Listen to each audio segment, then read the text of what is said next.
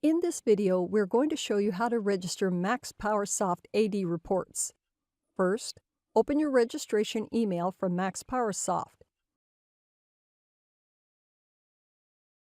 It should have registration files attached to the email. You only need one of the TXT or XML files to register. We send both types to avoid email filtering issues.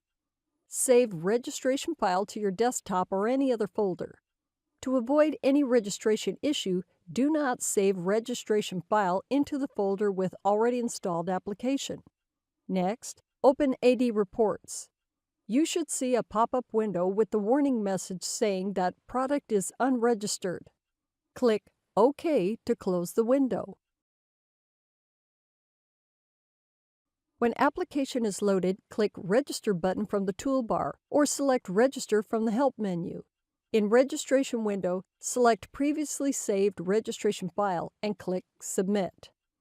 After clicking OK on Confirmation dialog, your application is successfully registered and ready for running Active Directory reports.